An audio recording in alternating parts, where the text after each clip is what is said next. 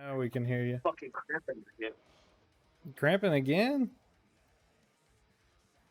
Let me see that neck tattoo. Get over here, Mark. Let me see that shit. That's looking pretty clean, man. The black's sticking pretty nice, man. No fading, no nothing. Nice, dude. With your old long neck looking ass. Boy. Oh, I got a boom. There we go. Now we got Mark up in here. You got him? Yep, now we got him. Sick. Yeah, let's go. That's badass. It did play out. See, I told you there would be a small little technical issue. Mark got in here pretty easy, though. I get. Yeah. Well, I'm like technologically retarded out of the entire band. I'm fucking. I suck. All right.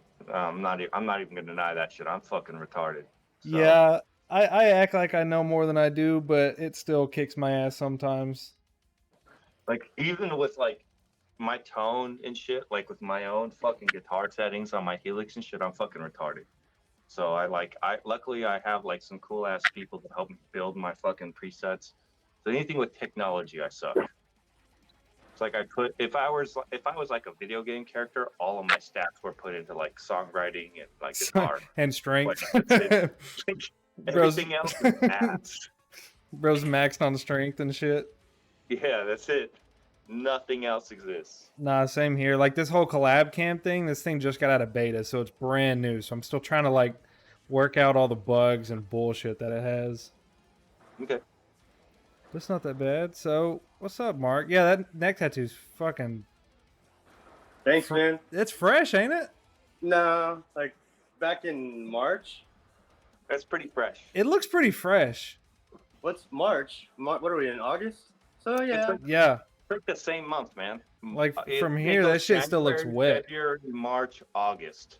I know. So yeah, no, that shit still looks wet, for sure. But alright, shit. It looks like you're hitting a snow cone upside down, Mark. Kind of puff. Sorry, I'm on the iPad. It's magnetized to the fridge, so bear with me. But yeah, no, it's a Puffco. Oh yeah, that's tobacco, right? Yeah. Sick. Nah, this is meth. I'm smoking meth right now. So yeah, okay, cool. Sick. I bought it from what's his name, Heisenberg, and I put Heisenberg? Word, yeah. Or that guy George on the corner street? Yeah, okay, I got you. He sells some good shit. I don't fuck with nicotine or any of the weak shit. I deal strictly blue meth. If it ain't blue, I'm fucking it. Word. It's gotta be. Yeah, I got you. No, none of the snow cone dye type shit. It's gotta be legit. Yeah. It I don't explains the songs. Yeah, I don't know what all the Twitch rules are on showing bongs and shit, but we won't No, worry this is a about vape. that. It's just a vape. Oh yeah, tobacco vape, e-vape, yeah, for sure. Yeah, for asthma. Yeah, yeah, it's one of those breathing machines. Yeah, sick. Yeah.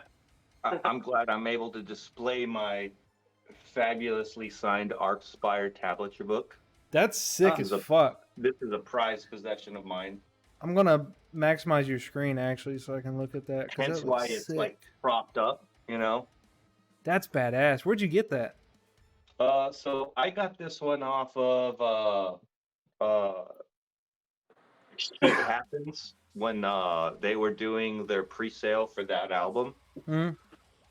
And then I saw them live this spring. I don't remember the date, but I was able to get like their signatures because I met them.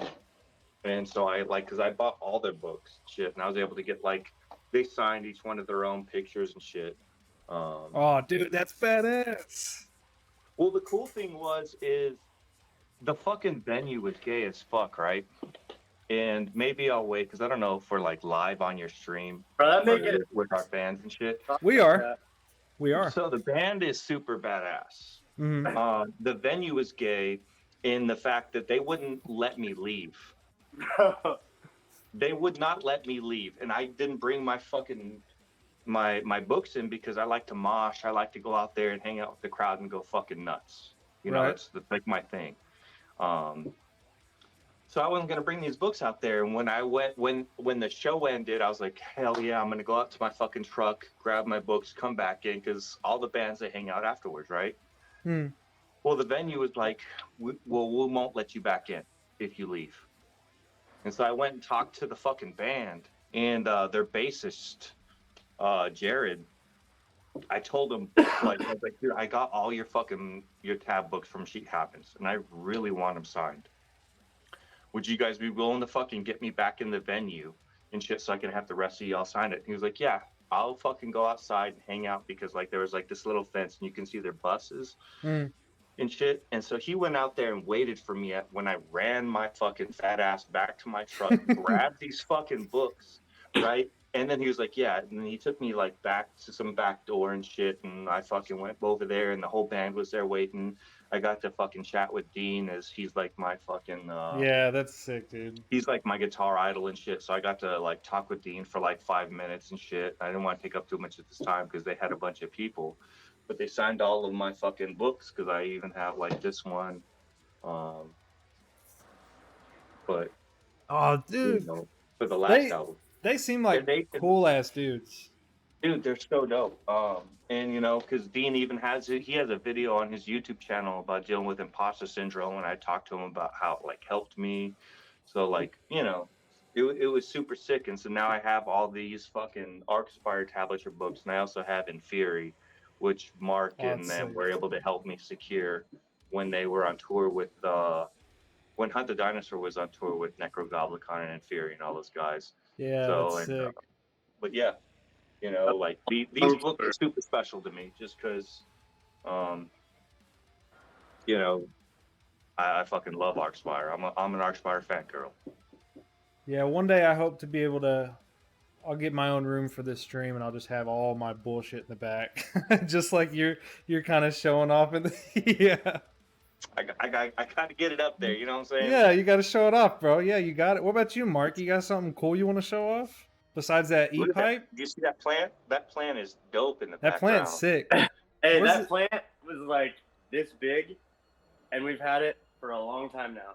What is that little green thing on the corner of the desk? It looks like a little fucking vibrator. Roller. I can't tell. Oh, okay. Lovely lint roller. Lovely decor. I fuck with it. It looks sick. Nah, I got kids and I'm married, so I got lame shit at the house now. No, I feel that. That's how it is. It's okay. I got snakes and shit like that. I feel that. That's that's my vibe. I'm in that one bedroom apartment vibe I was talking to D about a little bit ago. Not much going on here.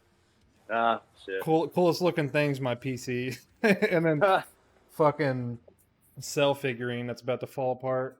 It's fucking chilling. So how did y'all meet? How did all you guys, get this shit started? So I'll tell my story up to Mark, and Mark can tell his story a little bit. I can tell like the half truth of it. Oh, the So half like truth, I've been a okay. bedroom guitarist the majority of my fucking life, and I've been a major fan of like the metal scene, whether it Hmm. was death metal, tech death, mellow death, whatever, deathcore. Because I don't really know who we are, but I did some stuff at my job, and I realized that my lifespan was really small. You know what I'm saying? And I was like, I better fucking do something about it. And so I had a song from like 2010, which was now known as Limitless Genesis, and another song that I've written a couple years before called Spirit of Evil, which was like 2015, 2016. Word. And I sent these incredibly shitty sounding demos to Hunter because I was like, I want Hunter from Hunter Madison. He was like my first choice. Hmm. And to be honest, I never expected him to fucking hit me back up. Like, you know what I mean? Like when you are a fan of somebody, No, yeah, I've been. you send this music to somebody and you're like, man, he ain't gonna hit me up, so I'm gonna have to post it some Facebook forum, and I'll work with somebody else, you know, Yeah. because everyone's like, oh, I want to work with Will Ramos or fucking whoever the fuck. Well, Hunter Madison at the time was my Will Ramos, Alex Terrible, Yep. and the motherfucker hit me back within like 6 hours. Damn. And he was like, yo, this shit is fucking sick, and so then we talked and we fucking moved forward, and then we became like a living breathing thing where it took us a while to create our sound. And he was like, look, man, I like your writing, I like your style, but we got to get someone else to mix and master. And I was like, yeah, dude, I'm sorry, my shit sounds like ass. And it really did. It sounded like a tweeter trying to push out more information than it needed to be. You know what I mean? It was just god awful. Gotta start somewhere, homie. And anyways, he brought in Trevor, who's the drummer for Hunt the Dinosaur, and then he brought in fucking Connor, who's the guitarist for Bro Job, and Connor ended up doing the mixing and mastering, and he does a lot of the post production, in which we talked to. Oh, that's sick. So then, for the longest time, I'd say for about over a year, about a year and a half, it was just us four. Connor not being a member of the band, but just like a mixing master guy. Hmm. And then Hunter, around the time, was like, I know you're coming around here soon, but you really got to meet this guy. He's just like you. And, to be honest, when people are like, hey, when someone's like, hey, and I'm pretty sure you've been through this. Everyone has been through this, where someone's like, hey, you got to meet this person. They're just like you. Hmm. You're going to fucking love them. And you meet him and you're like, man, fuck this guy. He's Yeah, ass. dude. You know what I mean? You're just like, he's nothing like me.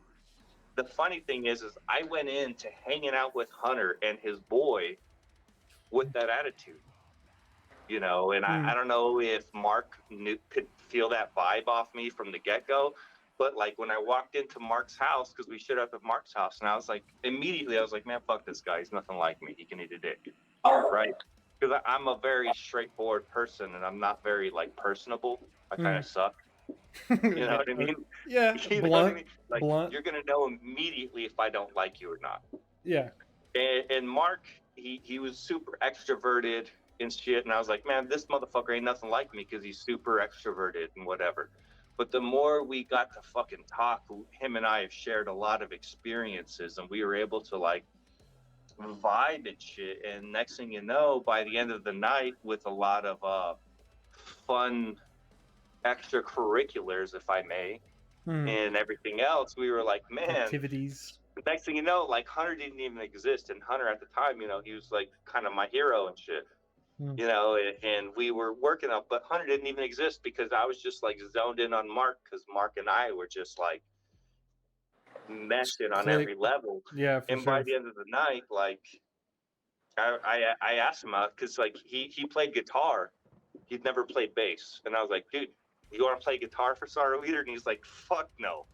He's like, I'm never gonna be able to play that shit. And I was like, oh yeah, true. How about bass? And he was like, yeah, I'll play bass. And that's how Mark joined. But Oh, yeah. I'm pretty sure Mark has a different vision No, of how Star Leader happened. that's pretty much it. So it was I had played bass before, like just fucking around. Never wanted to do it. It's always been like to me it was boring, you know, like I don't do that shit. But then, you know, with modern technology and the way Star Leader writes, it became a challenge. So I was like, okay, I'll fuck with it. And you know, it led me to do other projects, and like it really revamped my spirit back in music. You know, I come from like the pop punk and hardcore scene, and so my guitar ability is for that, and it's it is not technical anything. You know, like I had to get a different fucking. I was using a metronome from a tuner, which only went to like 200 and maybe 80 beats per minute. You know, like to having to go and like. Holy shit, we go past that? Like which is like 350 plus now. Just fucking rolling.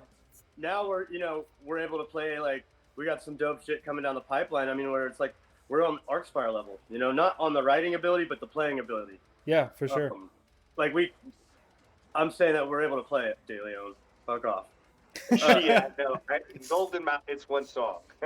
Just one song, yeah. But that's what I mean is like, and no, we're not on that level by any means. But they are a huge, huge inspiration. And then I don't know if you know who Andrew Kim is. He's a bass player for Inferi and Brand of Sacrifice. Oh, okay, yeah. So he's like my unofficial mentor. I look up to him a lot as a person and a musician. I got to spend like a month and a half with him on the road every day. And so he gave me all his doctrine, basically. And so every time that I feel like I need to go get humbled a little bit, I'll just go and tap into that for like a sentence. And then, I'm humbled again, which is cool. I really don't have a desire to play guitar anymore. It's weird. Well, it's crazy because, sorry to cut you off. No, I was watching this dude, Andrew, play bass. And this motherfucker, he like gets into like this Zen state. It's weird. And he's playing the most ridiculous shit. It reminds me of like some of the guys from Arcspire or whatever, but like it's definitely on that level. He's like playing the most ridiculous shit. He doesn't even look like he's trying. No, not at all. He's just chilling. Yeah, Andrew Kim. If anybody, I can't believe the ability of some people sometimes where they're just like doing some ridiculous shit that some of us like myself are striving to get to, and they're just like casually chilling the fuck out. Yeah. It's like, dude, you kind of suck. So can you fuck right off as like a human being and on a whole celestial level as well for being that good? Yeah, no, for sure. Like I'm a drummer. Like I've grown up a drummer since like fucking 5th grade. And my main person, I don't know if you guys ever listen to Animals as Leaders, but Matt Garska. Yeah, I went and saw them. That dude. Do you know Chris Turner? Chris Turner. I've seen that Chris name. Turner from Ocean's 8 Alaska. Oh, he has a solo project. Okay, so this dude, like, he's sick, overall. But the thing is I'm not impressed with like his footwork. His footwork is sick because he's a metal guy. You know what I mean? And all metal dudes have sick footwork. But the shit he does up top with his cymbals and his snares and shit, he is absurd. Absurd. He's probably the most absurd metal drummer I've ever heard, and I love watching his playthroughs for his solo project in Ocean's 8 Alaska. Yeah, his TikTok. It's the most ridiculous shit ever. And I like watching like even Arcspire, but like Arcspire's like, we're gonna go 400 beats per minute and fucking lose our goddamn mind, which is cool. I'm obviously into that. But like Chris Turner, he stays in a pocket, but he does like obscure shit up top. Some people who might be like new to music or whatever, they're focusing on its kicks and shit. And I'm like, yeah, everyone does that. Okay, that's not that impressive. Yeah, no, it's the intricacies. It's the nuances. It's the small nuances of shit. And I watch him up top, and I'm like, holy fuck, bro. And that's another reason Matt Garska just is the sprinkles on top. Like just listening to his ghost note rhythms and shit it's like he's playing a whole separate song on Chris top Turner of this. is the king of ghost notes. And so I'm also not gonna. I hate to That whole plug other. my boy. I hate to plug my boy because he's in my band. But Trevor, Hmm.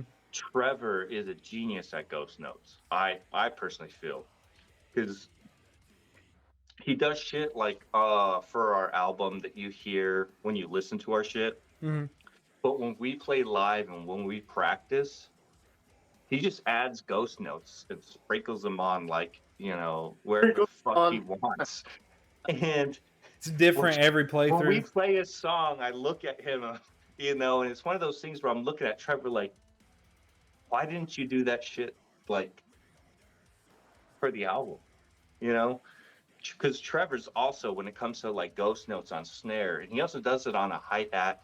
And the cool thing, and maybe that's why I fuck with him so much, but he does like ghost notes on the splash and shit, Mm. which I like the way the splash sounds because it's extra like trashy. I Mm. like trashy sounding cymbals, Trashy cymbals are the shit. I remember you were talking about that with 10 Years Buried on the stream. The trashy cymbals are the best. Trashy.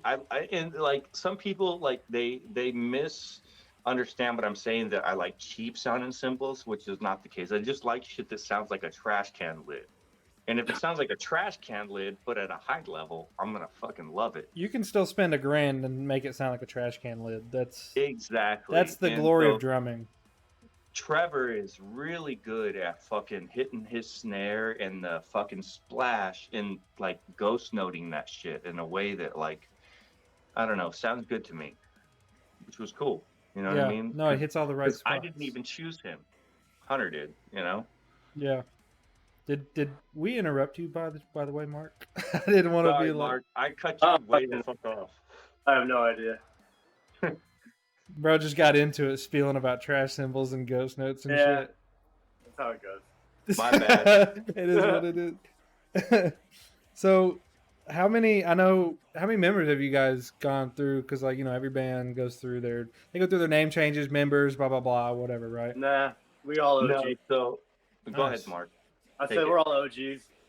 Yeah, so I would like to say that if there's the most OG person, it's me because it's like my music. Right. But Hunter and I created Sorrow Eater, and I'm very like as a human being in general, I have a I have like no friends. My friends are like they're less than what I have on my hand, you know what I mean? And I'm very careful about who I bring into my circle. And so like it takes me a second. And just like most people, like you kind of ping with certain individuals. Mm. And like the way I pinged with Mark, you know what I mean? The way I pinged with Trevor, just like everybody I brought into Sorrow Eater, we're all OG and we're probably gonna stay that way. And we're all Um, friends too. Like Trevor lives down the street from me. I see him a couple times a month. Like I'll go over there and like we'll smoke or tobacco. And like, but so he's helped. He used to breed snakes, and De Leon used to breed snakes, and so I'll pick their brains sometime over shit.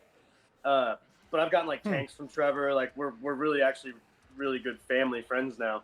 De Leon, like me and D, we talk damn near daily every day. Either whether briefly or for an hour or something like. Well, we always at least touch base pretty much once a day. Hunter is like my kid brother, so I'm around him all the time. Like he's over doing laundry, or we'll go out to eat, or Yeah, word. we're all pretty tight knit, That's good. That's how it should be. And then you got to think like the only like Josh Hall, man, even the bass player of Hunt the Dinosaur, like he is a huge part of us. Like we're a fusion of both bands for sure. Like I went on tour with them and ran merch for them. Like and you got to learn so much from them. Fucking hated it. I hate tour, but man, I'm a homebody. I'm 37. I'll be 37 in a couple weeks, and I got 3 kids and a wife, and I own a home and my own business, and so God damn. Music to me is like secondary for sure, and so going on tour was a huge lesson, but like one I needed though, like in order to help out more with the direction of Sorrow Eater and things to avoid, and how to run a successful tour. You know, like not that Hunter already kind of knows what to do with that, but Josh Hall, man, he is the bee's knees when it comes to running the show, the merch, dude. We always run ideas by him for anything. He's the bass player for Hunt the Dinosaur, by the way, if you didn't know. So it's we're all really tight knit. We all live near each other. I see Josh Hall, talk to him at least. I at least talk to him like every couple days, or I'll see him like once every few weeks or so. You know, like, so it's really like a family, you know? Yeah, no, that's exactly how it should be. Like in the perfect world, which right. Like you hear know. a lot of bands and they don't really know each other because they're from like, you know, one may have been like a studio musician that, you know, got filled in or some shit. You know, it's whatever will make this project work type of situation. With us, like, we're all homies, you know, so it's we can talk to each other about anything. We always shoot ideas by each other, you know, like things like that. Like it's a really cool, unique opportunity for, you know, myself at least. Yeah, it's more focused on I guess for you especially, kind of like that hobby fun type aspect. And a lot of these other guys where they swap members, they look at it like a job. They're like, I got to do this and we got to make this money. Right, and I think we are crawling into that, you know, too, to where it's like we are trying to make it into something more. It's just, I guess, like with the ability of like De Leon being in the military, like it's not easy to find a touring guitar player, you know. Luckily, well, we have the solution for that now. Actually, I started a project called Slain to Fame with the guitar player from Wormhole and Fury, Sanjay Kumar. I like Wormhole. And Andrew Ramirez is a touring drummer for Hunt the Dinosaur and Bro Job. And I was on tour with Andrew because he was on tour with Hunt the Dinosaur. And De Leon was like, hey, ask him if he wants to do guitar, because we found out he's a shredder on a guitar, not just drums. Like, he is a shredder.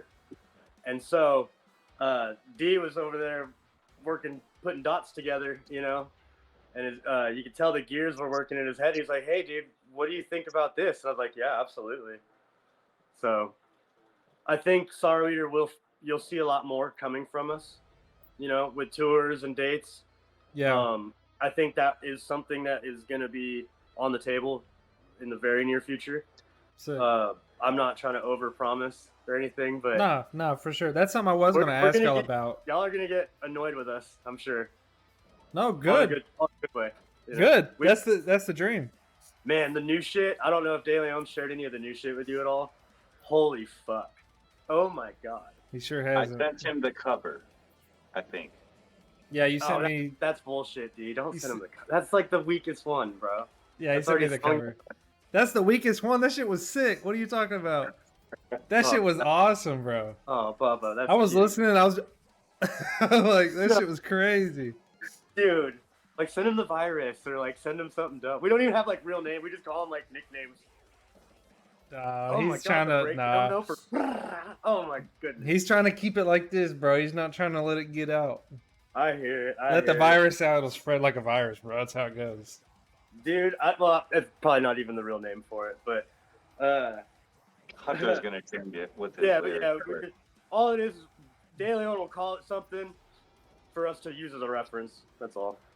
Fair enough. See, I do wish Hunter was here because I had a question for him. Hunter and Trevor, they're playing a show. Yeah, no, I remember. Yeah, I saw that yesterday that they were doing a show tonight. But it was literally just one question. No. Something not as strong. Don't start playing this shit. This shit's going to go on YouTube, bro. All right, he's leaving. He's gone. Oh, he's back. Oh, that's the infection. Who's playing that one? I don't know.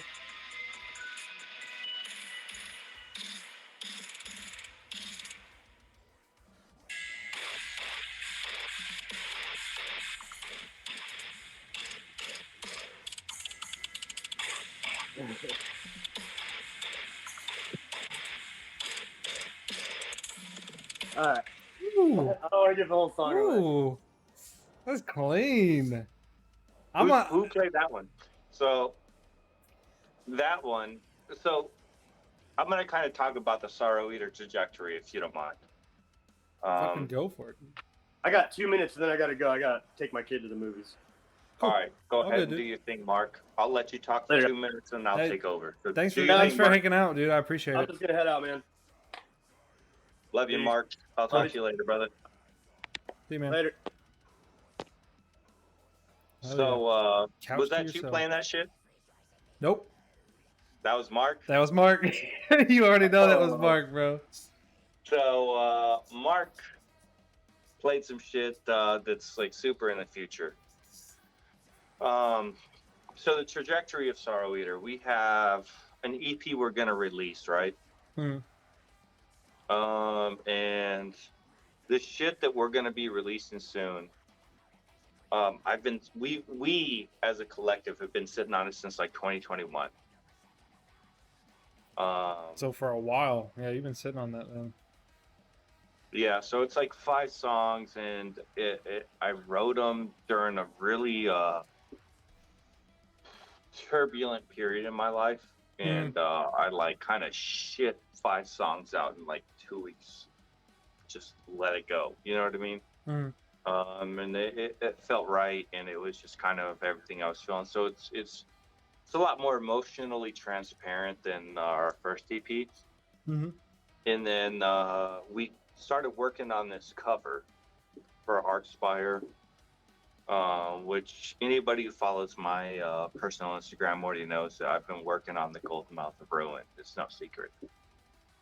And so I ended up being able to play Golden Mouth of Ruin and worked it up and did all these things, and it like leveled me up. You know what I mean? Yeah. And next thing I know, I took that, and I was having dreams about like a zombie apocalypse and everything else. And next thing I know, I shit out 13 songs in like a month. God damn. And they are the most ridiculous fucking songs I've ever written in my goddamn life. Technically, everything about them just kind of felt right. And so with that, you know, I ended up being able to fucking figure it out. I talked with Connor, who I trust a lot. You know, I trust everyone in our circle quite a bit, and we talked about it. We split it up into 2 EPs and shit, and I recorded them all and everything, and they just ended up being on a whole fucking new level for myself, the rest of the band. We're kind of creeping away from deathcore. You know, obviously me being a huge fan of like tech death and everything. So, you know, this 2-part concept album is more tech death. It still has some core elements and stuff, and I implemented some symphonic and some synth elements and shit with Connor, and I don't know how to explain it, man. We just mostly we just walked away from core for the most part. Yeah, no, I get it. I understand. When he was playing that small clip of Virus, I could hear that kind of synth in the background, that more atmospheric shit, which I don't know. I'm a bitch for atmospheric metal, dude. It's just like as soon as I hear a little 15-second intro, get your ass in there, I'm sucked. I'm sucked in. Like Signs of the Swarm. Fucking love Signs of the Swarm. Super atmospheric. Born of Osiris is that way sometimes, but they're kind of heavier on the electronic and tech kind of in the background. But again, I don't know why, but I love it. Utilize a lot of like, because I'm a huge fan of Born of Osiris and Signs of the Swarm. I'm a fan of a lot of bands, but you know, like with that song, we ended up kind of tapping into that Born of Osiris thing, and I started shredding over it, and it just kind of worked itself out. And then we go into our breakdown and let the atmospherics then, you know, kind of lead the breakdown, and we just kind of lose our minds. But for sure, for the most part, yeah, I'd like to say that not this album, but the next 2, we kind of step away, and we're more tech death than we are deathcore. Yeah. No, we saw breakdowns, but yeah. I'm a firm believer in every band never really stays in their originating genre. You know, everybody strays somewhere, sometime. Now that's it. When you say soon, what are you thinking? Because you've already been sitting on them for a while. So the thing is like Hunter is very big on sitting on things and Sorry, I keep making yawning. sure. I'm fucking woke up super No, it's early fine. today. It's I fine. don't want to be like, oh, I'm boring the shit out of you. My bad. No. Don't worry about it. I know we yawn all the time. My job, I get it. But like Hunter's very adamant about sitting on things and making sure it sounds the absolute best. Because he's made a lot of mistakes with Hunt the Dinosaur in his eye. And I haven't been in the business as long as them and whatever, and so I try and follow their lead a bit. Yeah. So I don't know. We sit on these things and we listen to them over and over and over, and we fucking try and like destroy it. Try to fine tune it. Yeah, and at first Connor used to hate it. You know, who mixes and masters and does all our shit and make sure it it sounds not like my demos. But you know what I mean? Like he used to hate it because we used to be like, hey, there's too much of this or there's not enough of this, and we used to just fucking destroy his mixes, at least for what we did the first EP. But he started to enjoy that because it's like we're all trying to make sure that we 100% love what we're putting out. We don't want to have any regrets. Yeah, no, for sure. I can understand that too, especially with somebody that's had more experience. You kind of become a perfectionist more and more. Bro just dropped out. Okay, he's back. There you go. I don't know what that was about, but that was weird. Dude just dropped out. So that's kind of where we've been living. I've had this second EP written before we released our first. Yeah. And however, because I write so much music, we're gonna have a faster output of music here in the near future. Gotcha. Because if that makes sense. So so everything's gonna start just kind of rolling. Well, because we have this EP coming up soon, and then we have the next two, and then I'm working on another album. It's just like we're gonna be fucking blasting people with constant music here soon. And on top of that, we have like 7 singles that aren't attached to anything. So it's like we have a ton of music, and we've been sitting on it for years, and we're just kind of like making sure that we'll always be happy with it. No, that's sick. And I feel like with that, it's just going to be your wheels are spinning, hit the ground, traction, hopefully. And it's going to be just kind of keeps rolling. It's also going to be weird for me because like the rest of the band, we've been sitting on it for years. And so to us, it's like old news. Yeah. And it's going to be weird, everyone else getting excited about it because we're kind of like, yeah, that shit, whatever. Yeah, like this is 2 years old. It's like, oh yeah, we dropped it last week. Oops. No, but I think that'll be cool. It'll bring life back to what it was for you guys, I guess, to make you hype, maybe make you hype about it again. So it kind of does. Like when we dropped Incantation like 2 months ago. Yeah. Or something like that. Yeah, like 2 or 3. And that was written in 2021. And when we dropped it, I was just kind of like, dope. I was over it because I was the weird thing is I was in the middle of writing new music, so everyone was like super excited about it. We have some really good fans that love to hear from us and love to fucking like talk to us, and I do my best to reach out to everyone. And they were talking to me about Incantation and shit, and I was just kind of like, cool, and I was trying to be like interesting about it, but in my eyes I was like, I don't care about that song anymore. You know what I mean? Like it means something to me, but I was like currently in the middle of feeling some type of way and just writing some of the greatest shit in my opinion You know what I mean? I don't know how to explain it. I was just in the middle of a storm of writing, and Yeah, people all your were attention messaging me is. about some shit 2 years ago, and I was just like, ugh. You know, Yeah. it's kind of hard sometimes. You know what I mean? I don't know. Yeah. Maybe if I was in the middle of writing all that shit, I would have been excited about it. It was just hard.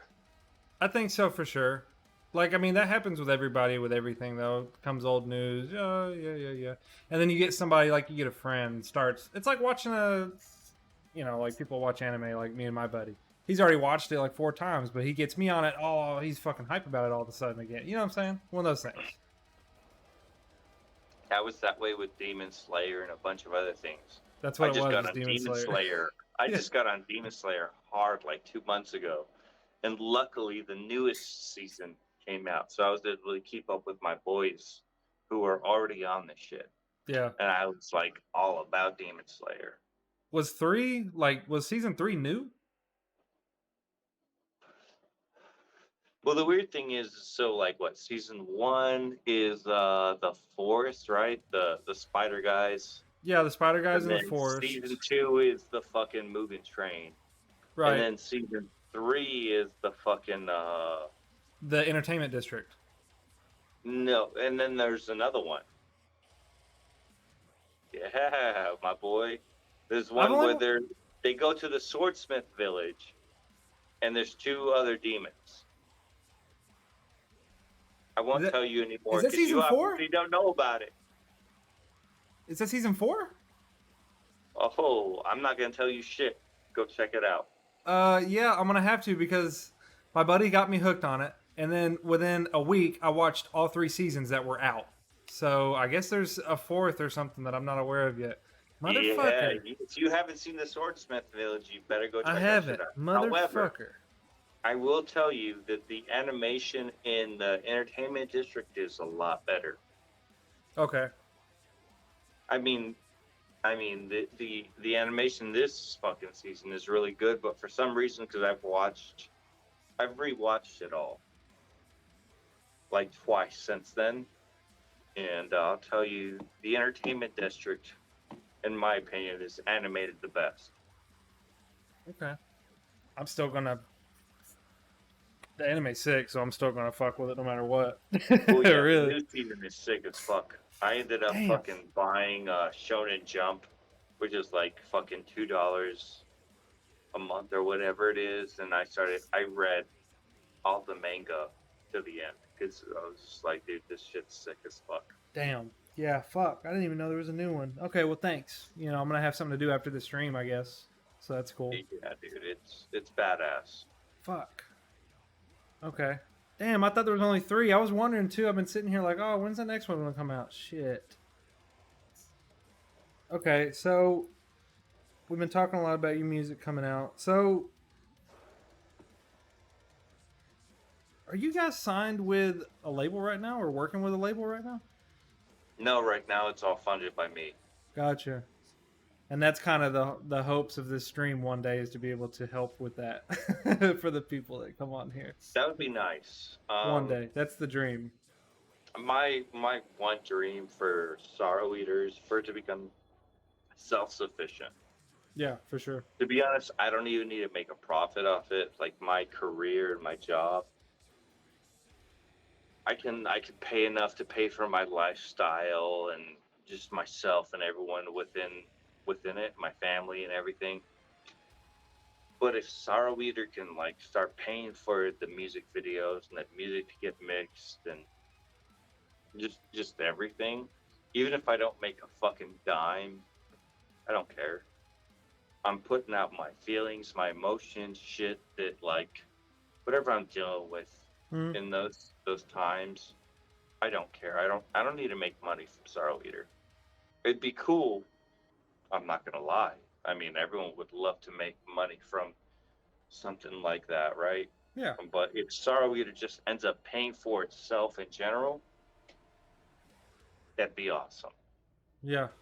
Right now, Sorrow Eater is at a point where like I'm paying for half of it, and then the other half of it's paying for itself.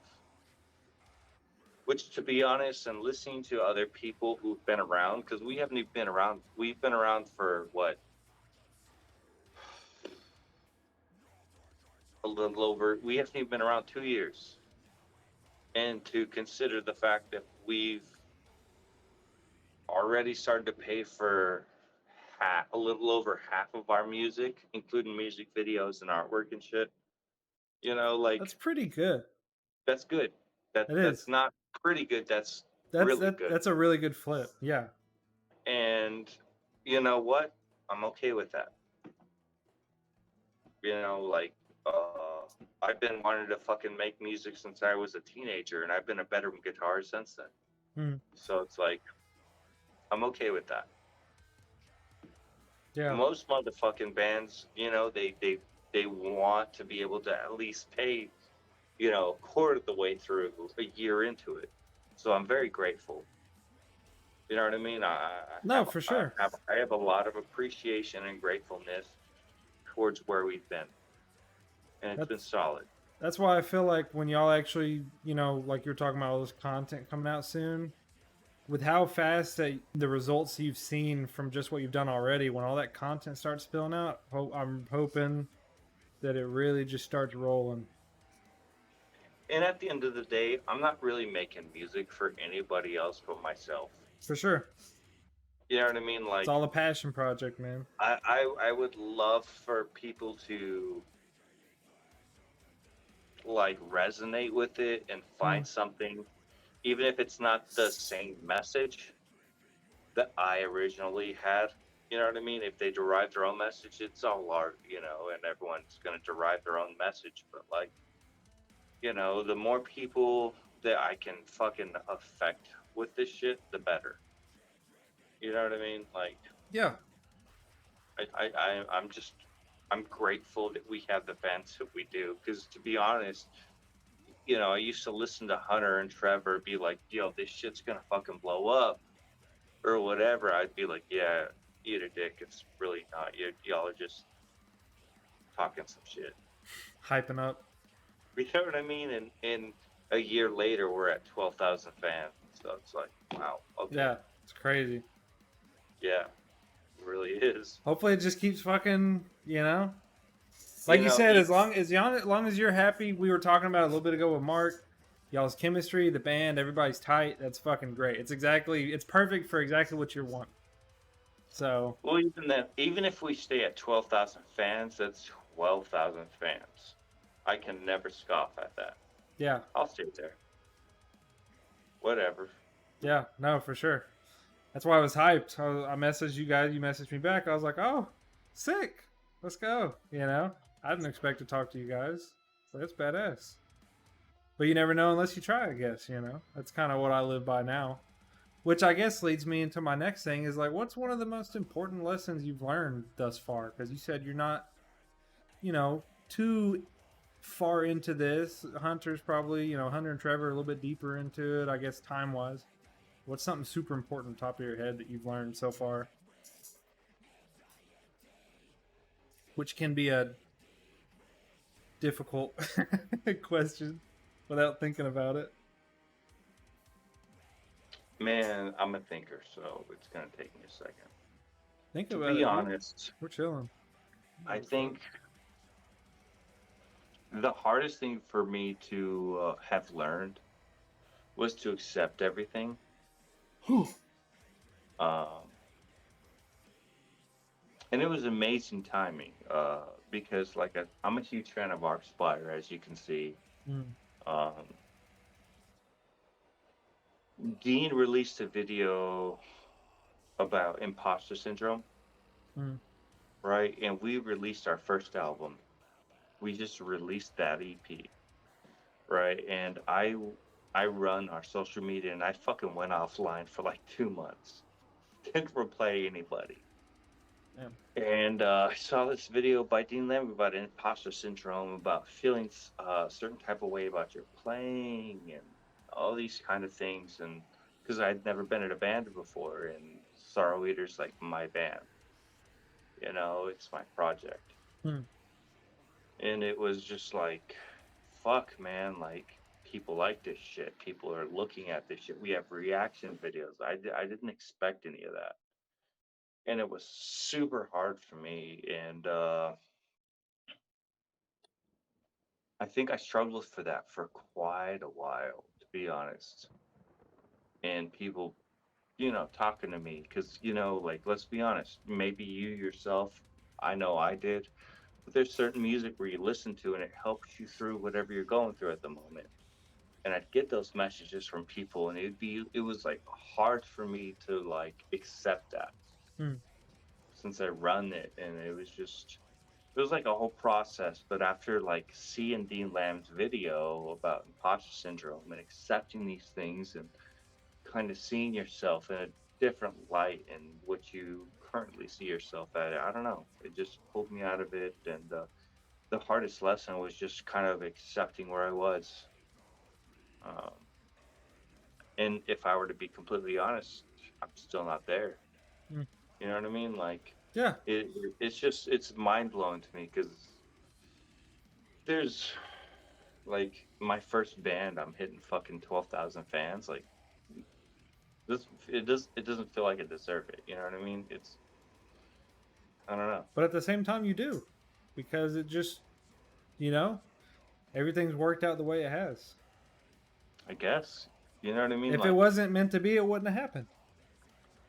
I live. That's another thing I live by very, very heavily in my life, because all of my, things that I've grown up with and shit. If it's gonna happen, well, it's gonna happen. If it doesn't, it doesn't. It is what it that's is. one of the cool things, and I asked Dean about that when I brought all these books in here for them to sign, because I felt like a nuisance. And I was like, dude, I have like one important question I want to ask you, and I told him about his video and how it's impacted me and everything. And he's like, okay, what do you want to know? I was like, we're not you, I'll probably never be you, and that's okay. But I have these people who message me and all these things. He's like, dude, just be you. Unless you're fucking, bullshitting about your ability or whatever. He's like, I've been there. You saw the video. Don't be ashamed of. You know what I mean? And Mm. I don't know. It kind of helped me move forward, which was cool. Like, I don't Yeah. know, something as simple as that. It's not the most grandiose fucking experience or something that somebody else would share, but it's just something that I learned was just to accept where you're at. Yeah. No, I mean, and everybody goes through their own kind of lessons, no matter how big or small. I mean, they may seem to somebody else. I mean, everybody goes through their shit, man. Everybody's different right here. You Yeah. know, just like with your music, you want people to connect. Everybody's different. I'm the same way. Like when you're talking about music, you connect to. Like, I only listen to metal. That's all I listen to now. I've gotten so deep in this fucking rabbit hole. But I had days at a job. I had a job that I had, and I was in a really bad mental place that I never thought I would ever be in. And I listened to some Mac Miller, and I got super sucked into this like self care album that he had. And for like 4 days straight, I would just listen to it going to work, and I'd cry on the way to work for whatever reason, just because it hit that fucking spot. But the things that he said would just help talk about self preservation and taking care of yourself and putting your worries over everybody else's and blah blah blah. That helped me kind of get past that roadblock too, because I've always been a big people pleaser, but I kind of had to understand to put myself first too in that situation, because it's life. Mac Miller had a song that did that to me as well, a couple years ago. Mm-hmm.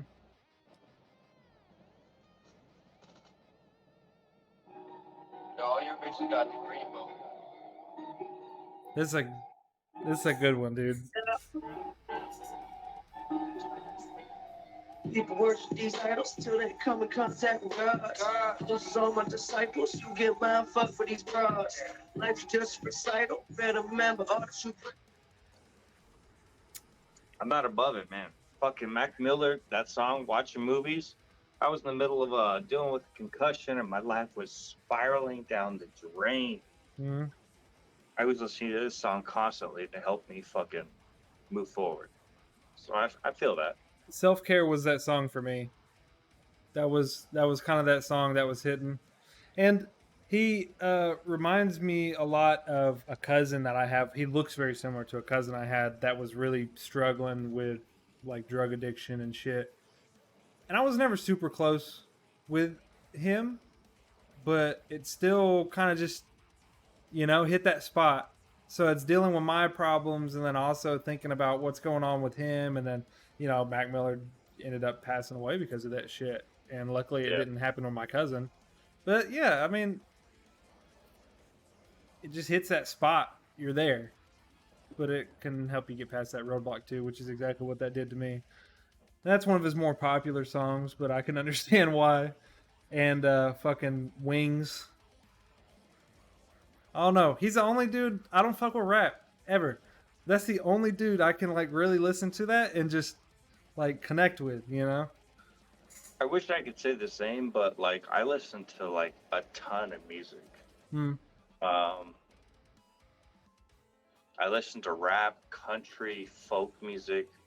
To be honest, like even with country, like I don't listen to country that like people are aware of. Like I fucking hate country that people are aware of, to be honest. But I'm a huge fan of country, like real country. Like some And old Willie Nelson type shit. not even Willie Nelson. Like, have you ever heard of Sean James? So Sean James has a song called "Through the Valley."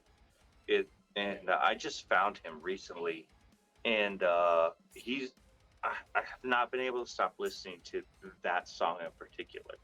Like the rest of his music is incredible, and him as an artist is incredible. But like, I find a lot of value in like all genres of music, no matter if it's like EDM or classical flamenco or classical music. Like when I hear some shit that people mean, and I like, you can hear it when producers and record labels aren't like 100% involved in whatever the fuck they're doing. And it's like the artist. And when I hear that shit, I'm just like, man, my mind is blown. Yeah. And specifically, like I'm mentioning Sean James right now because Sean James, the song I found by him, I was just like. And you said it was Through the Valley? Yeah, I'll play that shit right now. I'll listen to it. Through the Valley. I'm gonna listen to it as soon as we're done with the stream. I'm played like 15 seconds of this shit.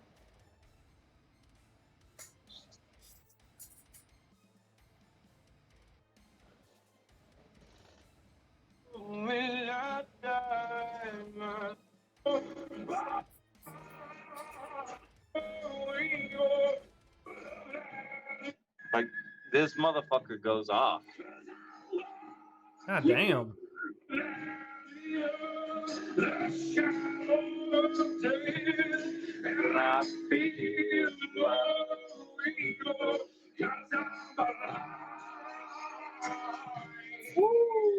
Yeah, that man's feeling it for sure.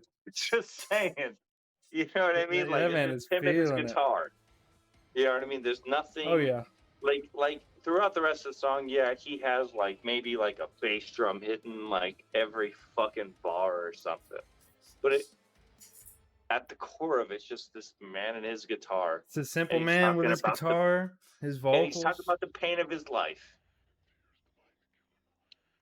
And it's just somewhere else. And when I hear it, I was like, because I was like doing admin work at work. You know what I mean? Just typing away, and I like to have background music. And normally background music is background music. You don't pay attention to that shit.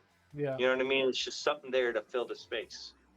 And the second he just came on, I instantly stopped working and was like, what the fuck is this? Yeah, no, I'm gonna give that song a full listen to as soon as we're done with this. My God, you need to. I am going to run to the restroom very quick. I'll be right back. I'm about to buzz, bro. I'll be right back.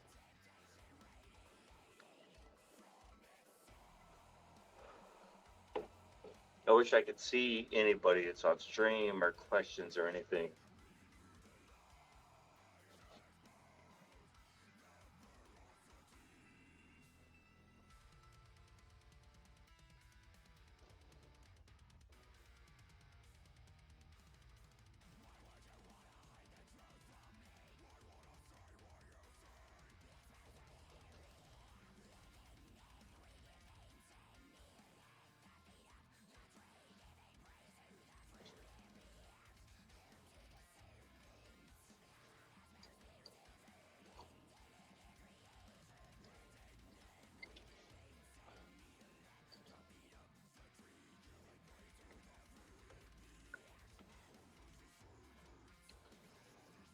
All right, I heard you, by the way.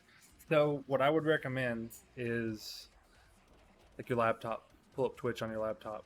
You'd be able to. You'd be able. But Well, I will say I can't do that. we've only got one fucking viewer right now. Is what it is. Who's our viewer? Do they have questions? I haven't seen any. If I'm being honest, I think they're just hanging out listening, dude. I don't care. If you save this to YouTube or whatever, I'm gonna put it out. Yeah, no, I mean, it'll be on YouTube. I'm gonna probably let's be work on honest. editing it tonight. I'm gonna be honest. It's Saturday. Motherfuckers gonna be getting ready to go get laid at a club, Yep.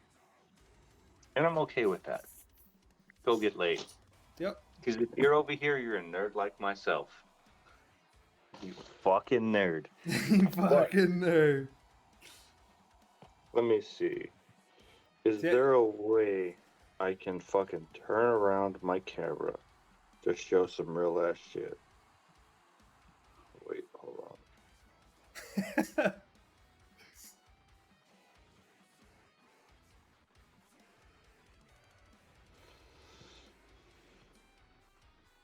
Okay, so I can't.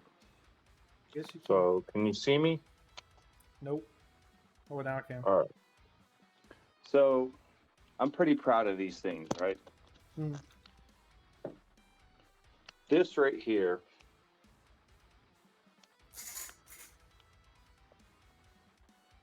Jesus Christ. Okay. I can't turn the camera on. I've had this guitar since I was about 13 years old. This was my first left-handed guitar. I don't play it anymore, but I keep it because it's very sentimental. Yeah. You know what I mean? I see that little anonymous mask. That's the most that screams 13-year-old guitar, that anonymous mask. So, like, well, the thing is I had a girlfriend that actually drew all this shit on. Oh, it's sick. So I didn't do any of this artwork. She did. She did all of this shit. It was 2008, 2009. My first left-handed guitar. Super proud of it. This right here is my first bass. I record all the bass for Sorrow Eater. That's a sick. I was looking at that in the background while you were talking. Yeah, I love that bass. I like It's that beautiful. a lot. I am white complected, but my family is incredibly Mexican, Hispanic, and this right here has been through our family for a while. Hmm. And I remember I asked my father for this because I grew up with this in our house. Hmm. So I'm pretty particular about it. You know, I have it tattooed on me. Oh, sick. That's badass. So it's just like I look white, but I'm not. Yo soy español. Right. Right. This is my 9-string right here. I did Malvalo with this, and Hunter wanted to change the name of it, but I told him I refused. I don't know how well you can see it, but Mm-hmm. I'm a patriot, so you know I have guns all around our house. Very nice. Whatever. My first 7-string right here. I've had this since high school. That's sick too. I like that. Bare knuckle pickups at Blackhawks right here, and I have something else here. It's been a while. If you've been a fan of our music, you know that I like using kill switches. So I have a Yep. kill switch right here. Yep.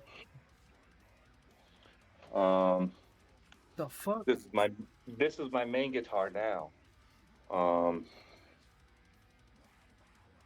Dude, that thing looks. What the fuck? That thing's badass. yeah, and see, look at this bad boy right here. You can't really tell, but behind it, I have a kill switch. I see. But it's hard for me to hit because it's kind of small. Hmm. So I have this paper tab over it, and no matter where I hit on this paper tab, it hits a kill switch. So it works for me. I have these Tosina Bossies right here. Yeah. These work out pretty well. The Kaler, if I was like a ethereal spokesperson, I'd say that the Kaler is amazing. Hmm. But I grew up on this. Let's see, and if I were to be honest, if Schecter had an 8 string, fuck me, man, this is hard this way. There you If go. Schecter had an 8 string, That thing is sick. Bright as hell. so that I record all our leads, all the guitar solos on. The feel of the Floyd Rose, everything about it, I just love it. I fucking love that guitar, and if I had an 8 string just like that, that would be my main guitar. 100%. But they I don't. love that They guitar. don't make 8 strings, do they? They do, but they don't make 8 strings with a Floyd Rose. Oh, okay. Gotcha. They don't make 8 strings with a Floyd Rose or this. And I Gotcha. use the Sustainiac a lot. I use the Floyd Rose in a ton of our music. The only thing I haven't done with this guitar is add a kill switch. And like most people, you know, any kind of kill switches that I use in like solos or anything, I just kind of delete it from whatever. Mm-hmm. But everything else is just naturally done through this guitar. Lead wise, I love this guitar. No, it is sick. It looks really good. I didn't even know Schecter made 8 strings either, if I'm being honest with you. But I'm not too big into the guitar world either. Yeah, it's not a thing. And we doing at MTV Cribs right now. I'm just kind of walking through. Like you, my whole studio's upstairs, so I gotta.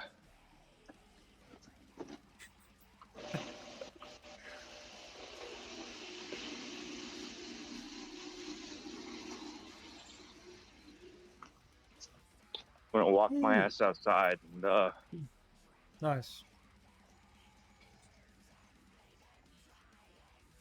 This is perfect though. This is exactly what I envision this project being, is having these talks with people I never thought I'd ever fucking talk to in my life.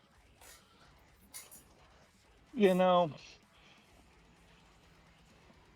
if you're already doing, it's the way it needs to be. You know what I mean? If what? Sorry, you cut out a little bit. If that's what you're doing, and you just started, then that's where you need to be. That is what I'm doing. I've already. It's crazy. I've been able to talk to people like. I've already been able to talk to Distant, Left to Suffer's manager. Now, you know, you guys, Sorrow Eater, you know, along with Hunter one day maybe. Entheos, I've got Entheos coming on the 30th, and Entheos is a band I've been wanting for a long fucking time. It's crazy. They Like were on that Archspire show that I got to see. Oh yeah? Cut out again.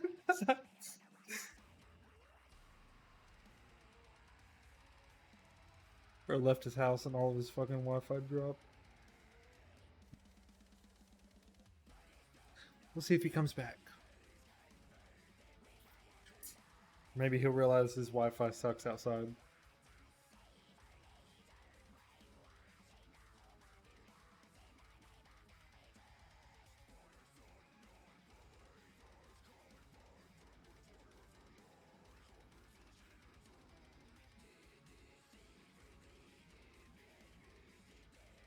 Shit does go hard though.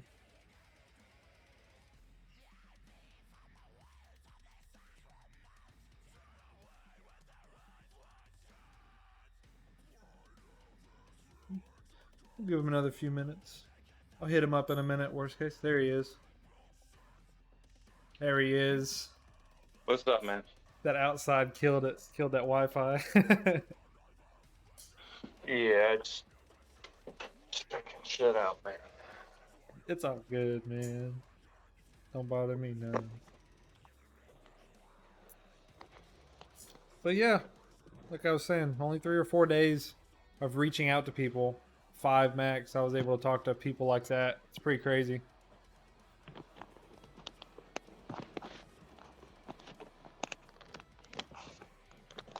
Well, I gotta reset this up. Yeah, get it to balance again.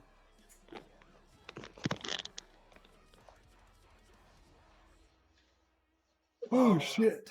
I'm tired. Does that work?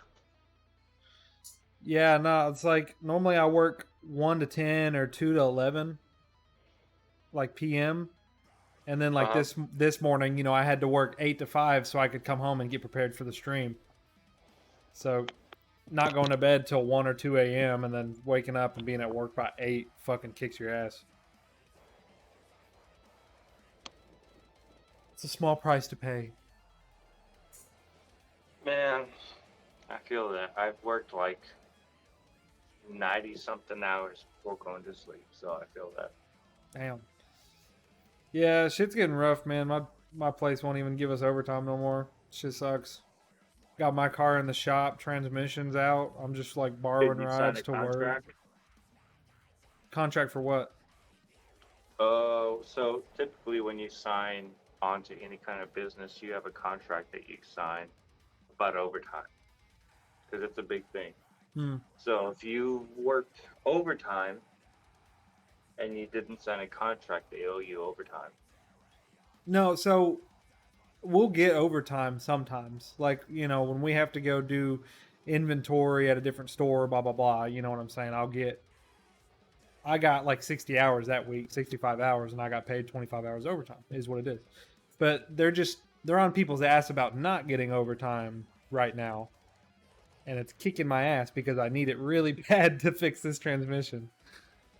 Oh, yeah. I've got like another Well, I month mean- until it'll be done, though, so it'll be all right. I mean, there's nothing wrong with like not getting paid for not working overtime. Yeah. But I have had a lot of friends that have worked plenty of overtime, like 20 hours, and they don't get paid for it. And I'm like, yo, what the fuck are you doing, man? Like, No, like That- get in there that ain't and me. talk to this motherfucker about overtime. Nope, And that they'll ain't be me. like, If I'm "Nah." working, I'll work 30 minutes over. I'm getting that shit. I'm making sure I get that shit. I don't fuck around with that. I'm not wasting my time, dude. Good. Especially doing this now, doing the streams. This is where all my time goes to this. Like Tuesday, I spent like 10 hours. It was my off day. I spent 10 hours just reaching out to bands all fucking day. So like if I'm not working, making money somewhere, I'm going to be sitting right here doing this shit. So it's like I need to be somewhere doing something every time. Plus my ADHD brain, it's just like... How many people do we got on the stream right now? It says 2. Ask them questions. What questions they got for us? So usually I'll ask. A lot of times don't get responses. Some people just prefer to watch. But the 2 people watching, what you got for us? What's going on? What's your name? How are you doing? What's 2 plus 2? Like 5 or something. It's close. No more than 5. It's close to that. We'll see if we get a response. Maybe. Maybe they don't know what 2 plus 2 is, which is okay. That's fine. D doesn't either. I'd like to hear from these people, you know what I mean? Because at one point, I was one of these people. I do too. I am that person. That's what this whole project is about, man. It's about like how me and you've been talking for an hour and 20 minutes. We've been talking about shit I had no idea we would talk about, and that's exactly what I want. I want to be able for people to connect with these people they listen to, so they seem more like humans than fucking gods that you'll never be able to talk to in your life. I want everybody to realize people are human. That's all this is. That's this whole fucking project. Spend 12 hours a day reaching out to bands for this. That's it. If these motherfuckers realize that I'm just a nerd in my blue room playing guitar, that's cool. Because that's really all I am. It's hard for people. It's hard for a lot of people to realize that, though, on those, you know, when they're seeing these music videos with your band and with Hunter and shit, and they're just like, "Oh, that dude's fucking insane." It's like we're people. We're all people. We all bleed. You know what I'm saying? Bro, I put my socks on the wrong way. They're inside out, like 75% of the time. Yep. Because they're folded the right way, but then when I unfold them and put them on my feet, they're the wrong way. Therefore, my socks aren't the right way. Real shit. 80% of the time. Yep. Same.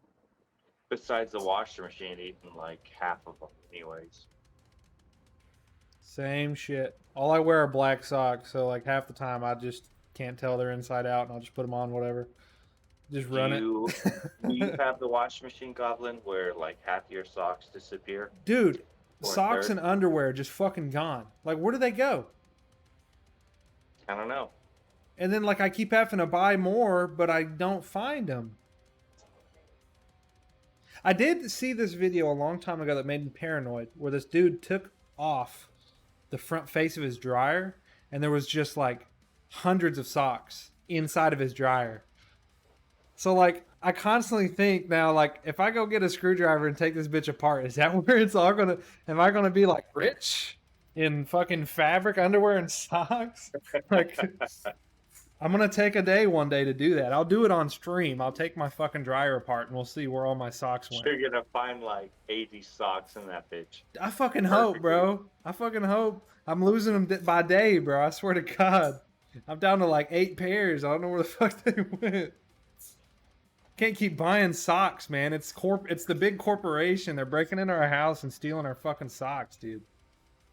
This shit's crazy. They gotta keep the business. I don't blame them, but god damn it, dude. Come on. Taking this shit straight out of my closet.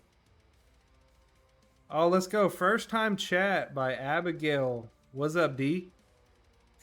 Abby is actually someone I'm writing music with. Word. She's a very talented vocalist. She can sing, she can scream. I've been trying to. The weird thing is Sorrow Eater is actually a very natural thing for me. Because all I'm doing is writing from like an alter ego almost. You know what I mean? Yeah. And the stuff I'm trying to write with Abby, she has range and she can sing and she can scream and she can do a lot of things. And the hard part is I'm so used to being in my alter ego as soon as I touch an instrument, you know, I separate who I am presently from who I should be. I've done that since I was a kid. And yeah, so it's just kind of like,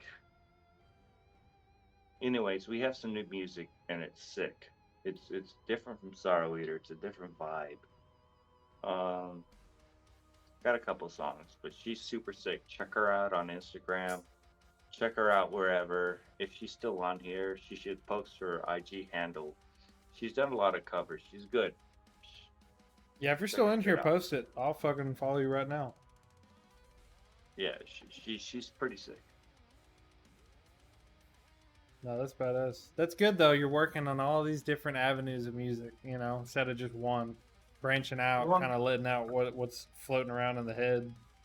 I'm trying to, and it took me a while to kind of sync with her because I was like, do I want to work with her? Do I vibe with her? And she has certain views and everything. And Abigail after we Beggs. started to like align, I was like, her and I meshed at the right points.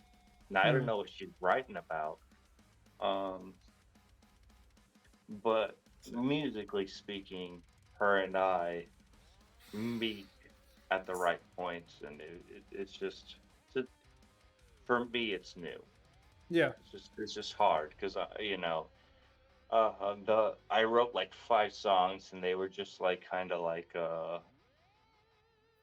great value sorrow eater, Okay.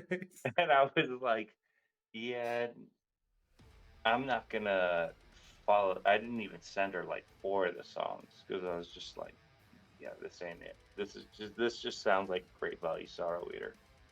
Hey, Great Value slaps, bro. I don't give a fuck what nobody says. She Well, said, you know what I mean. appreciate you, D. We share a lot of the same appreciation of music. Yeah, no, she's sick, and she's good at what she does, and she has a good head on her shoulders. So yeah, check her out. Sick. Yeah, I followed her on there. Saw she's already sitting at a few thousand. One day, the apothecary will be there, man. We'll have over 200 fucking followers on Instagram. Who gives a fuck, man? This I is don't a give a shit. conversation This between you is and I. sick. Yeah, this is sick as fuck. Like, even if You know I'm what I on mean? stream with Entheos and I got one person watching, I'm still talking to Entheos personally one on one. So I don't fucking care. This is sick. To be honest, like, man, you may not be as big as a fan as I am of Dean Lamb, Mm-hmm. right? Mm-hmm. Like, you probably don't adore me like the way I adore Dean Lamb. But my fucking 8 to 10 minutes with Dean Lamb, where he intentionally focused all his attention on me, is all I needed. And I don't give a fuck if anybody else fucking paid attention or knows about it. Like, whatever, man. Yeah. You know what I mean? Like, I got to have that time with him. Yeah. No, and it does a lot for a person, especially somebody who's struggling in a certain mindset, to get to meet that kind of person that means that much to them and just talk for fucking 3 minutes. You know what I'm saying? Exactly. So it's like, man, if I was you, I would never focus on how many people are watching, uh, who's watching, or whatever the fuck, dude. Just we're having a good conversation. Who For cares? sure. Damn right. I just want to be able to share this with other people and other people to have this same feeling. Because, like, again, the fans, like, Abigail's over here talking. You know what I'm saying? I want people that do see you like Dean Lamb to be able to sit here and ask you a question and you respond. And they're just like, yeah, fuck yeah. You know what I'm saying? That's what I want. I want it to be easier for these people to communicate with their idols. That's really it. Well, if you post this to YouTube, I'll share it. Like, these things, that they are what they are. Like I Yeah. said, I don't blame people for not showing up, because it's fucking Saturday night and people should be trying to go out and get laid. So Yeah, it's 8:30. In which I'm curious what the best time to do these streams would be, but at the same time I'm also just kind of working on my own schedule, so it is what it is, you know. who cares, man? Fucking Yeah, it is what it is. work with what's time's best for you, and release it as it is, man. Yeah, Fuck that. yeah, for sure. Especially Fans that want to even with work these. with you are gonna work with you, man. Who cares? Yeah, I did have, which I was talking to this label. I think they're a label, a record label called Total Deathcore. Uh, I know those guys, David. Yeah, I think his name's David. I was talking to him online a little bit, and he was, willing to potentially work with me. So I'm trying to like talk with him about that and see what could happen there to maybe get this out there a little bit. Because I'm trying, but it's hard. Good people. So So they have I allowed them to print our first EP, and they get to make all their profits off of printing our shit, just because I want people to have our shit available. mhm. So like I like David. Um, I won't sign with anyone right now unless they offer me like a great deal. But Yeah, for David's sure. good people. Total Deathcore is good people. They seem to care about the community Yeah. as a whole. Yeah, they got some pretty solid groups with them too. That like I've got a couple. I think I can't remember if it's Worthy of the Crown or Fight from Within is with Total Deathcore. I believe it's Worthy of the Crown, but I got them coming. Mikey, he's coming on the stream here soon, so he's going to be hanging out. Probably talk about that too. They all seem like good people. They're chill. I was just talking to them on Discord. They're playing a fucking video game, hanging out, having a good time. Yeah, David's good people. Yeah, so I've been trying to talk to them, see if I can hang out with them, see what we can do. Just try to get this out there a little bit more than what it is.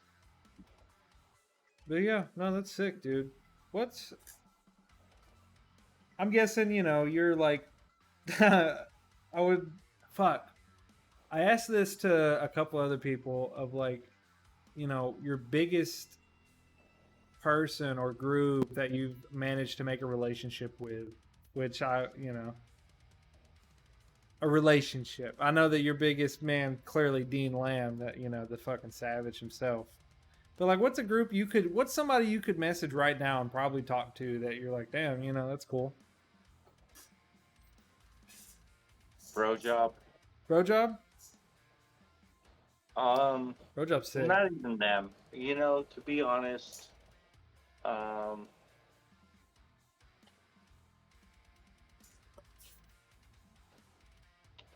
it's gonna be Hunter Madison, and he's my vocalist. Yeah. I mean? Yeah. No matter what, I'm gonna be a huge fan of Hunt the Dinosaur.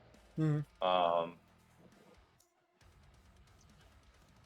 And what it is, but like Hunter, at any point, he's a wealth of knowledge, and I have him at the fingertips. You know what I mean? Like, yeah.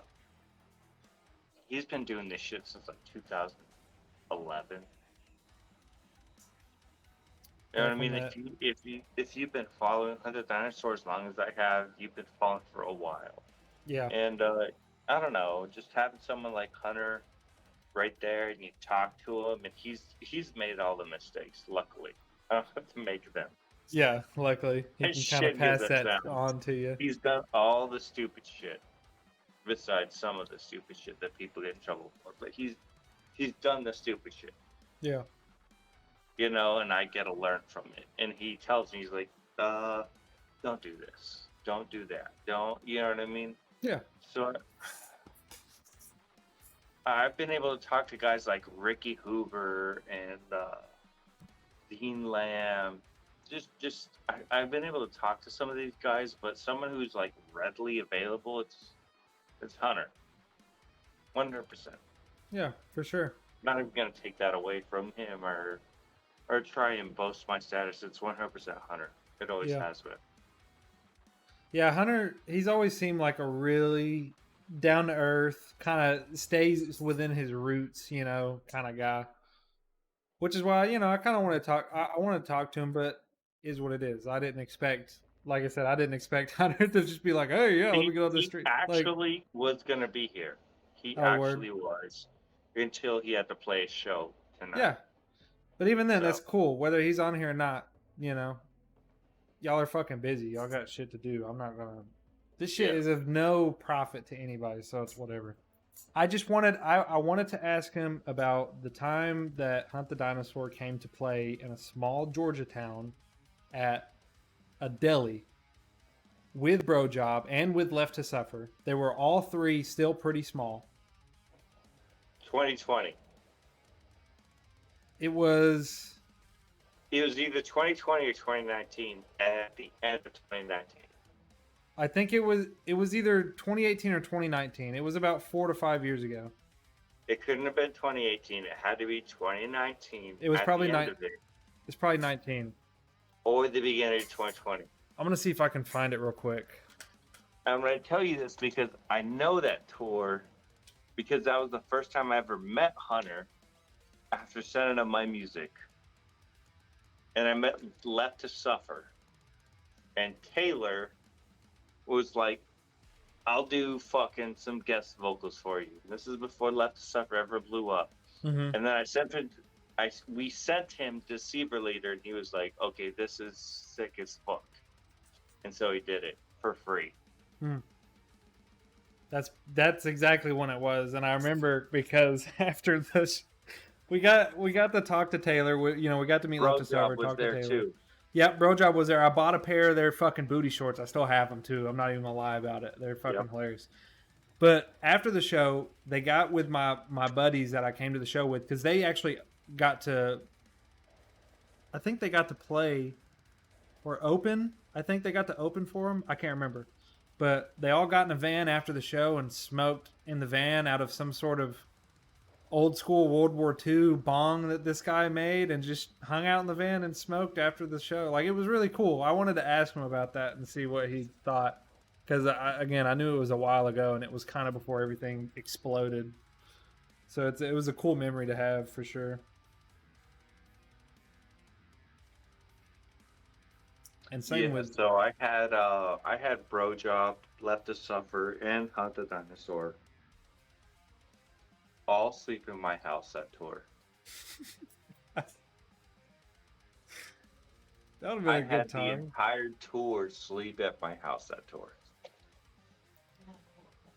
That's crazy. That would have been a good time. It was cool, I hung out with them afterwards and whatever, and met them all. But as a fan, you wish you could hang out with them more. But man, they had fucking shit to do, so they went their way. Yeah, no, that's something also that is hard for people to do, but that people need to do a lot more often is disconnect yourself from that point and realize that they're also humans with a shit ton of stuff on their plate that they've got to get done and have that disconnect. Yeah, so, they all showered and, did human shit because they were so used to just like fucking playing the show, not showering and living in their vehicle. And I was at that point, talking to Hunter and everyone else was like, yeah, dude, I have 2 bathrooms. Fucking y'all crash at my spot and shower and do whatever and get the fuck on. For sure. Yeah, Fuck. I just had something. It was on the tip of my tongue. I did have one request, and you can see it on my fucking page. I was like, everybody on this tour is taking a picture with me. So they all took it with me in my driveway, which is cool. Because I still hadn't released anything with Sorrow Eater. So I was just like yeah, that's sick. Like anybody else who's like, yeah. Yeah. It was cool. It's a good memory. Yeah, no, that's good. It's good to have those memories and kind of remember, again, where you came from and who was there, and which a lot of these bands forget. They don't forget. Taylor Barber still remembers me. Left to Suffer is really cool because Jacob and Peter, they remember me. I still text them pretty regularly. Left to Suffer in general is pretty dope with that shit. I don't talk to Taylor because if I were to be honest, I don't give a fuck about vocalists. It takes a lot for me to care about a vocalist. That I guess for me, maybe it means something that I reached out to Hunter, but I don't care about vocalists. So it's like, the fact that I can keep in touch with like Peter and Jacob or other guitarists and other bands, it's just like, that's where I'm cool with. Yeah, no, for sure. I can understand you kind of have more of a connect with the musicians of the band for sure. Let it be known, I don't give a fuck, singer or not. Come on to my stream. I don't just discriminate. Okay, I don't speak for him. I don't speak for him. That's all him. Fucking. I'm gonna plug this guy real quick. He's big, but I don't care. So he sent me his pick.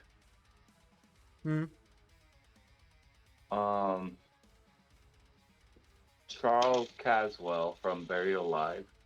He actually helped me learn how to record, helped me set up all my shit after deployment. And I was a nobody, you know what I mean? This was 2017, 2018 before he was like kind of blown up. Go check out Buried Alive. If I'm you trying to haven't. find this guitar pick that I had. But Charles is he's a nice dude. He cares about what he's doing. He has his wife. Everything they're doing is awesome, and go check them out. I will. I don't even think I had heard about them until you Buried said that. Alive, I don't. Hold on. my guy. Hold on. Don't make fun of me yet, bro. I'm gonna make fun of you for the rest of the time I know you. Don't make fun of Because me. Charles Stop is it. the most ridiculous guitarist to ever exist. Just saying. It's buried alive like berries, like fruit. Oh. Yes, I know Buried Alive, of course. Which is exactly when you showed me your kill switch, I was like, oh, Buried Alive. And I hit him up on Instagram. Dude, I've hit so many people. I told you, I'll spend 10 hours sitting here sending emails and messages to people. He's insane. That's my boy. Dude. I've known him for a while, and I've known him since 2018. And he's just, to be honest, one of the nicer people I've ever met. Mm-hmm. Helped me set up my recording studio. He's just, I don't know. He's a good dude. Get his ass on here and we'll all three just fucking hang out and talk shit. He might be down. He's a good dude. Fucking, you got more pull than me when it comes to talking to people, so do what you do. I don't. You do in my mind. He's got his own life, just like you, just like myself. Yep. He's got his wife. He's very dedicated to his wife. He's a family man, you know what I mean? And he does what he does through what he can, and it is what it is. But Charles is a good man. I'll say that much. I was looking for hold on. I was looking for a pick that I had in my wallet, and I guess I put it in my drawer. But I got a guitar pick. I got to see Alien Weaponry play, and I got a pick from Louis DeJong, which is the guitarist for Alien Weaponry, and I got Mario Duplantier's drumstick. Did you? Yep, that he used on stage playing. I got his drumstick. This is my address. I'll send it to you, and you can mail me that shit. Yeah. Fucking come over one day. I'll let you touch it. That's a Where you at? What state you in? Georgia, technically, but like right under Chattanooga. Okay. Right in that little shitty hub. I'll be there in like 8.5 hours. All right, bet. Yeah. I'll make sure to put it in a nice polished glass case for you, which I was totally going to do. I just haven't done yet, honestly. Disrespectful ass motherfucker. I see you. Hey. It's the stick, man. It's the stick of the gods. I got to take care of it. That's what I'm saying. What are you doing? And then we got, I think I got a pick from their bassist as well. Oh, you got the little baggie. Hold on, I'm gonna see if I can get it for you real quick.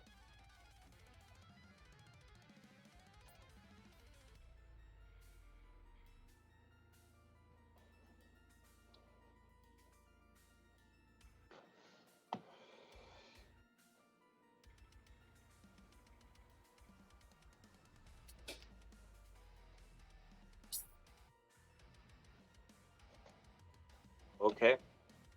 Mine's better. You ready for this? You can see his Gok rim shots. Yeah. So you can't see from that, right? I can see a little bit. I can't tell what it is. And you can't see from that because I recorded our next album from it. Mm-hmm. So when I went to go see these guys, Dean Lamb himself, gave me this pick from his guitar that he played that night. That's Dean. That's fucking sick. Why is it not in a glass case, huh? Because I recorded our next 2 albums Oh, okay. from it. Did you record the cover with it too? Yes. Okay, cool. I was about to say that was probably a given, but yeah. The cover and the next 2 albums were recorded with this pick. Well, I don't really drum anymore, unfortunately, but I'm not gonna be using this. It's pretty crazy to think though he was using this shit, bro. That's pretty crazy. I feel that's the same way. I am in total control of this pick.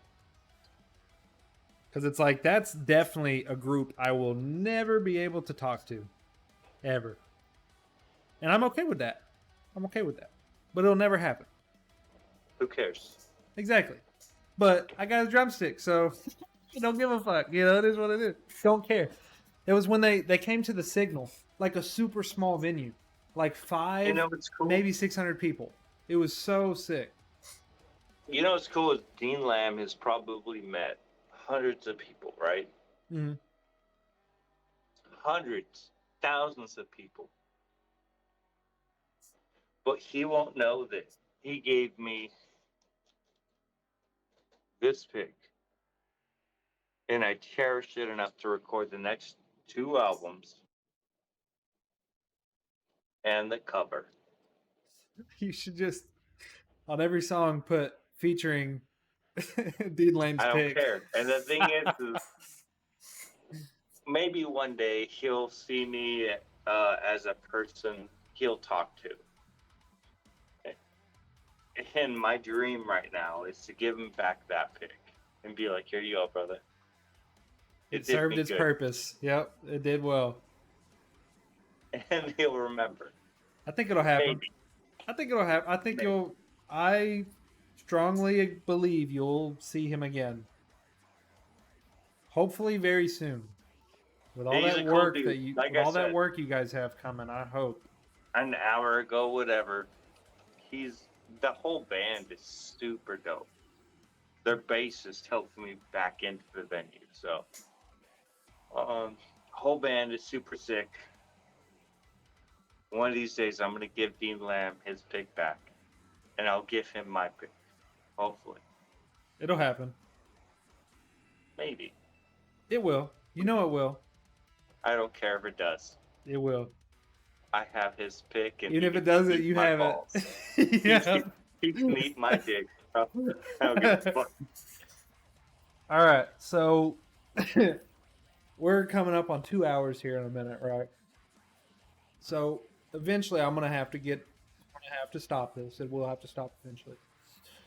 But you saw what the stream looks like, right? You saw the casting couch, all that shit, yeah. So you have to add. I would ask Mark and have you both work on it together if he was here, but you're here. You have to add one thing to this room.